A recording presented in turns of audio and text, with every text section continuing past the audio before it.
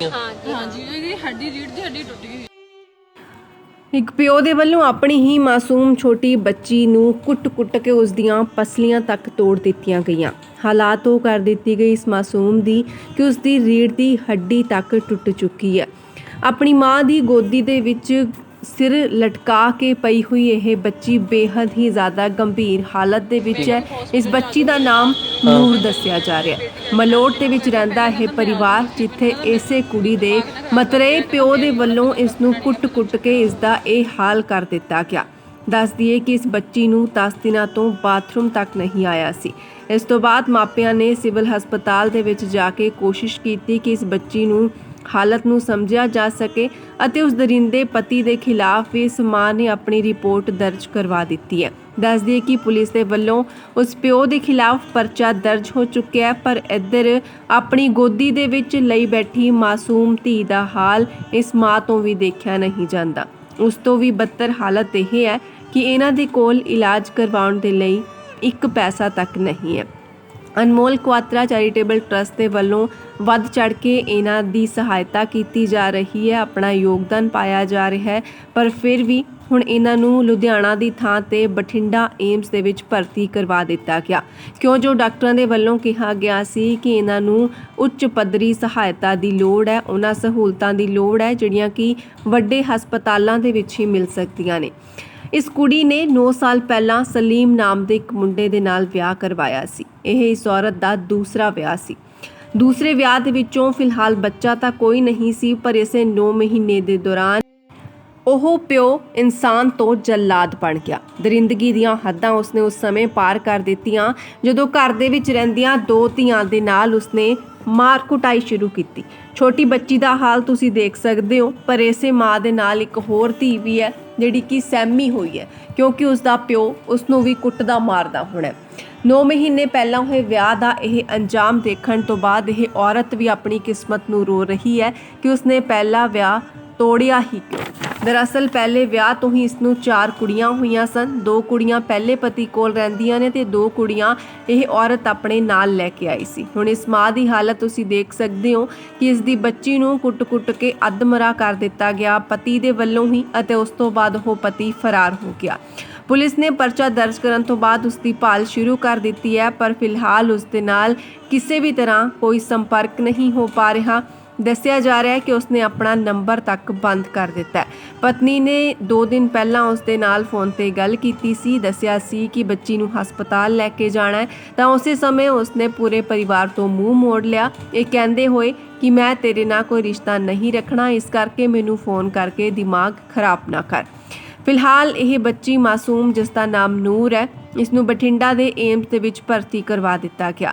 ਦੇਖਣਾ ਹੋਵੇਗਾ ਕਿ ਉੱਥੇ ਦੇ ਡਾਕਟਰ ਇਸ ਬੱਚੀ ਨੂੰ ਲੈ ਕੇ ਅਤੇ ਲੋਕਾਂ ਦੇ ਵੱਲੋਂ ਕੀਤੀ ਹੋਈ ਮਦਦ ਦੇ ਸਹਾਰੇ ਇਹ ਬੱਚੀ ਇੱਕ ਵਾਰ ਫਿਰ ਤੋਂ ਆਪਣੇ ਕਦਮਾਂ ਤੇ ਚੱਲ ਪੈਂਦੀ ਹੈ ਜਾਂ ਫਿਰ ਨਹੀਂ। ਦੱਸ ਦਈਏ ਕਿ ਇਹ ਮਾਸੂਮ ਬੱਚੀ ਬੈਠਣ ਤੋਂ ਵੀ ਅਸਮਰਥ ਹੋ ਚੁੱਕੀ ਹੈ। 2 ਬੱਚਿਆਂ ਦੇ ਨਾਲ ਰਹਿ ਰਹੀ ਇਹ ਮਾਂ, ਜਿਸ ਦੇ ਕੋਲ ਖਾਣ ਪੀਣ ਦਾ ਵੀ ਕੋਈ ਸਾਧਨ ਨਹੀਂ, ਨਾ ਹੀ ਇਸ ਦੇ ਕੋਲ ਕੋਈ ਰੋਜ਼ਗਾਰ ਹੈ ਅਤੇ ਨਾ ਹੀ ਕੋਈ ਪੈਸੇ ਦਾ ਸਾਧਨ। ਜਿਹੜਾ ਦੂਸਰਾ ਵਿਆਹ ਕਰਵਾਇਆ ਗਿਆ ਸੀ ਇਸ ਔਰਤ ਦੇ ਵੱਲੋਂ, ਦੱਸ ਦਈਏ ਕਿ ਉਹ ਪ੍ਰੇਮ ਵਿਆਹ ਸੀ। ਪਹਿਲੇ ਵਿਆਹ ਦੇ ਵਿੱਚ ਇਸ ਨੂੰ 4 ਕੁੜੀਆਂ ਹੋਈਆਂ, ਤਾਂ ਇਹ 2 ਕੁੜੀਆਂ ਲੈ ਕੇ ਆਪਣੇ ਦੂਜੇ ਪਤੀ ਦੇ ਕੋਲ ਰਹਿਣਾ ਚਾਹੁੰਦੀ ਹੈ, ਪਰ ਦੂਸਰੇ ਪਤੀ ਦੇ ਵੱਲੋਂ ਜਿਹੜਾ ਹਾਲ ਇਹਨਾਂ ਮਾਸੂਮ ਬੱਚੀਆਂ ਦੇ ਨਾਲ ਕੀਤਾ ਗਿਆ ਉਹ ਤਸਵੀਰਾਂ ਦੇ ਵਿੱਚ ਬਿਆਨ ਹੋ ਰਿਹਾ ਹੈ। ਮਾਂ ਦਾ ਦਰਦ ਇਸ ਸਮੇਂ ਦੇਖਿਆ ਨਹੀਂ ਜਾਂਦਾ ਹੈ, ਜਿਹੜੀਆਂ ਕਿ ਆਪਣੀ ਗਲਤੀਆਂ ਨੂੰ ਲੈ ਕੇ ਵੀ ਪਛਤਾ ਰਹੀ ਹੈ, ਦੂਜੇ ਵਿਆਹ ਨੂੰ ਲੈ ਕੇ ਵੀ ਪਛਤਾ ਰਹੀ ਹੈ, ਤੇ ਇਹ ਸੋਚ ਕੇ ਵੀ ਕਿ ਮੈਂ ਹੁਣ ਆਪਣੀ ਬੱਚੀ ਦਾ ਕਿਵੇਂ ਸਹਾਰਾ ਬਣਾ, ਕਿਵੇਂ ਮੈਂ ਉਹਦੇ ਲਈ ਕੁਝ ਕਰ ਸਕਾਂ। ਦੂਸਰਾ, ਦਿਲ ਦੇ ਵਿੱਚ ਉਹ ਦੁੱਖ ਹੈ ਕਿ ਉਸ ਨੂੰ ਉਸਦਾ ਪਤੀ ਧੋਖਾ ਦੇ ਗਿਆ, ਉਹ ਪਤੀ ਜਿਹੜਾ ਉਸ ਦੇ ਬਿਨਾਂ ਮਰਨ ਦੀਆਂ ਸੋਹਾਂ ਖਾਂਦਾ ਸੀ। ਇਸ ਔਰਤ ਨੇ ਖੁਦ ਦੱਸਿਆ ਕਿ ਕਿਵੇਂ ਉਹ ਪਤੀ ਇਸ ਦੇ ਪਿੱਛੇ ਪਹਿਲਾਂ ਪਾਗਲ ਸੀ ਅਤੇ ਹੁਣ 9 ਮਹੀਨੇ ਦਾ ਸਮਾਂ ਬੀਤਣ ਤੋਂ ਬਾਅਦ ਇਸ ਨੂੰ ਘਰੋਂ ਤੱਕ ਕੱਢ ਦਿੱਤਾ। ਆਓ ਸੁਣ ਲੈਂਦੇ ਹਾਂ ਇਸ ਮਾਂ ਦਾ ਦਰਦ ਅਤੇ ਇਸ ਮਾਸੂਮ ਬੱਚੀ ਨੂਰ ਦੀ ਨਾਨੀ ਵੀ ਨਾਲ ਹੀ ਬੈਠੀ ਹੈ, ਜਿਹੜੀ ਦੱਸ ਰਹੀ ਹੈ ਕਿ ਕਿਵੇਂ ਉਸ ਦਾ ਦਰਿੰਦਾ ਪਿਓ ਇਹਨਾਂ ਸਾਰੇ ਬੱਚਿਆਂ ਤੇ ਤਸ਼ੱਦਦ ਕਰਦਾ ਹੁੰਦਾ ਸੀ। ਚਾਹੁੰਦੇ ਵੀ ਜਿੱਦਾਂ ਮੇਰੇ ਬੱਚੇ ਨਾਲ ਕੀਤਾ ਉਹਨੇ, ਮੈਨੂੰ ਇਨਸਾਫ ਚਾਹੀਦਾ ਵੀ ਉਹਨੂੰ ਮਿਲਣੀ ਚਾਹੀਦੀ ਹੈ ਸਜ਼ਾ। ਤਾਂ ਸੀ ਜੋ ਉਹਨੇ ਮੈਨੂੰ ਮਤਲਬ ਉਹਨੇ ਦਵਾਈ ਵੀ ਪੀ ਲਈ ਸੀ, ਮੰਡੀ ਅਮਦਗੜ੍ਹ ਕੁੰਦਨ ਦੇ ਦਾਖਲ ਸੀਗਾ। ਉਹ ਆਪਣੀ ਮੰਮੀ ਤੋਂ ਵੌਇਸ ਮੈਸੇਜ ਕਹਿੰਦਾ ਸੀ, ਭੇਜਦਾ ਸੀਗਾ ਵੀ ਮੈਨੂੰ ਉਹਦੀ ਮੰਮੀ ਕਹਿੰਦੀ ਜੇ ਸਾਡੇ ਮੁੰਡੇ ਨੂੰ ਮਤਲਬ ਕੁਝ ਹੋ ਜਾਊਗਾ ਅਸੀਂ ਤੇਰਾ ਨਾਮ ਲਾਵਾਂਗੇ। ਆਪਣੇ ਡੈਡੀ ਦਾ ਫੋਨ ਚੱਕ ਕੇ ਉਹ ਤੋਂ ਮੈਸੇਜ ਕਰਦਾ ਸੀਗਾ ਮੈਨੂੰ। ਇਹ ਸੱਟਾਂ ਡਾਕਟਰ ਕਹਿੰਦੇ ਜ਼ਿਆਦਾ ਵੱਜੀਆਂ ਨਹੀਂ ਸੀ, ਨॉर्मली ਕੀਤਾ ਸੀ ਪਰਚਾ ਉਹਨਾਂ ने। शिमू जल्लाद है, उनके घर की माँ भी जल्लाद होगी, बाप भी जल्लाद होगा। 10 दिन तो ये लेफ्ट, हाँ यानी टॉयलेट भी ना आया इनू, पता ही नहीं लगता जमी ना आया है, बाथरूम भी ना आता कि हर के पैप पवाई है। फिर तो उनके देख लो 10 दिन तो ये लेफ्ट, हाँ यानी टॉयलेट भी ना आया इनू, पता ही नहीं लगता जमी ना आया है, बाथरूम भी ना आता कि हर के पैप पवाई है। फिर तो उनके देख लो ਪਹਿਲਾਂ ਮੈਂ ਦਿਹਾੜੀ ਜਾਂਦੀ ਹੁੰਦੀ ਸੀ।